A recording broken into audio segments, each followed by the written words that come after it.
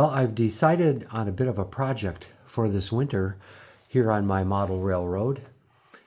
In particular, I want to do something different with this spot right here. It is basically 4 tracks of storage. It was used something as a staging yard in a way. It was the spot where my Amtrak train, my through freight train, and intermodal train that would operate through the layout would all basically sit on these 4 tracks, awaiting the time that they were to appear on the layout. But that is all changed now. And the reason that everything all changed is in this past year or so, a little bit less than a year actually, I had built this staging yard adjacent to one end of the layout where, as you can see, we've got through freight trains, Amtrak train, and intermodal train all sitting here in the staging yards waiting to make their appearance on the layout. So the tracks over on the other part of the layout are no longer needed to hold these particular trains. So I put some thought into what would I end up doing with this particular area on the layout. It's rather long at 5 or 6 feet long, but it's only about 10 inches wide or so. One thought that came to mind very quickly was to figure out how to get additional industry on the layout. Many years ago when the layout first started, I actually didn't have any industries and my trains just went around in circles. And of course, after realizing that was kind of boring, I did redo the layout, expand it, and add industries. And I have 6 different industries to work with now on the layout. But the idea is, I think I could certainly make room for one more industry. But what would end up fitting in this particular spot? Looking at the Walthers website and the Walthers catalog, I hit upon the idea of the Walthers Vslley Cement Plant as something that could be kind of long, linear sort of operation that would fit into this particular space. So I did some research and I found out the dimensions of the various components of the cement plant, which I think includes 4 different structures. Using the dimensions available at the Walthers website, I made some little cutouts that show the footprint of the different elements of the cement plant. There is a storage kind of building connected with a conveyor belt to a kiln, and then a rotary kiln, another building connected by conveyor belt to a silo complex. Putting all this together, it looks like it will fit in the space. Probably the biggest problem is that the structure here connecting by conveyor belt to the silo complex is actually supposed to be, according to the plan, done as more of a right angle, whereas I'll have it coming off at a slightly, a bit closer to a straight run. And that'll probably end up requiring a little bit of kit bashing, I think.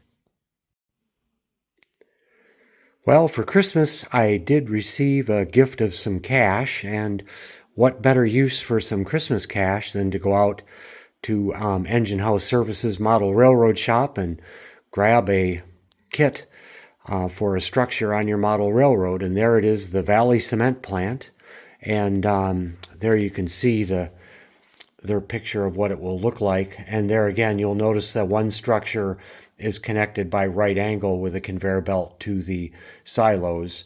In fact, here you can see the detailed dimensions. And again, clearly showing the deviation that I'll probably have to execute, bringing that silo off at a rather different angle in order to have it fit on my layout.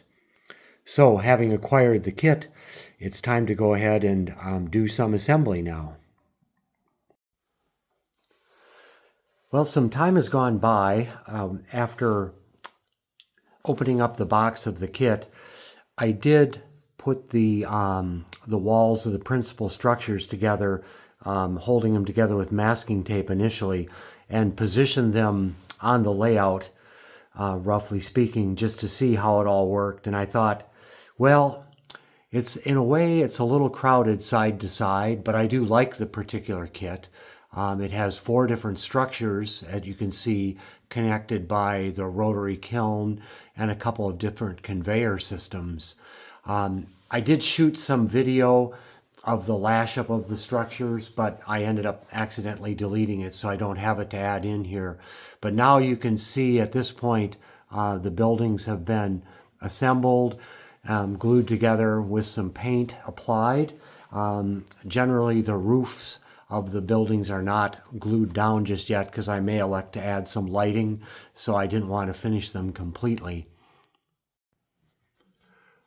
The Walthers Vslley Cement Plant is actually quite a large kit, and I think at the model railroad shop it retailed for right around $100, but it's quite extensive. It does include, like I said, 4 different structures. There's some kind of a storage building, the main kiln building, the rotary kiln, another structure, and maybe someone would comment and say they know what all these different buildings do in a cement plant. I really don't know. And then, of course, a conveyor belt that connects over to the silos. So it is quite an extensive kit, and it's certainly well worth the investment of $100 or so. And it was it was enjoyable to put together and put some paint on it, of course, to have more than just the single color that the kit is molded in. So now the big thing that has to happen at this point is to go ahead and take up the 4 tracks that are currently in the pseudo staging yard as it was before, get all those tracks out of the way and lay the appropriate track for going into the Vslley Cement Plant. And that'll take quite a bit of work, and it'll probably be the subject for a future video. Taking up that track will end up simplifying this yard throat area here, and that may actually be a good thing. And in addition to taking up the track that's in the way of the new plant, we'll have to relay some track there so that it goes straight into the little shed addition to the silos where rail cars are either loaded or unloaded. I admit I don't really know. For those silos, is material going into the rail cars, or is it actually coming out of it? Again, if you have an idea, why don't you go ahead and let me know. If I can, I may work to straighten that track out through the loading unloading point, and then possibly, if there's room without jamming it in too much, maybe go ahead and have some track extend out from there to another point further into the plant to perhaps load or unload boxcars. And that would add a little bit more operational interest in the event, for example, you might have to switch out a boxcar and then respot a hopper car that might be at the unloading point. So in my next update on this subject, I'll have more than likely taken up all that former yard track there in preparation for properly positioning the Vslley Cement Plant. And, in fact, I think I'm actually not going to call it the Vslley Cement Plant here in Stevens, New Mexico, the setting for my particular layout. It will probably end up taking the name, taking my wife's maiden name, and it'll probably end up being the Bar Cement Plant in honor of her family that hails from the New Mexico area. So I look forward to having a little bit of an update, perhaps in a month or so, on how the final phase of construction of the cement plant goes. Thanks for watching, and I hope you'll tune in for that update in the future.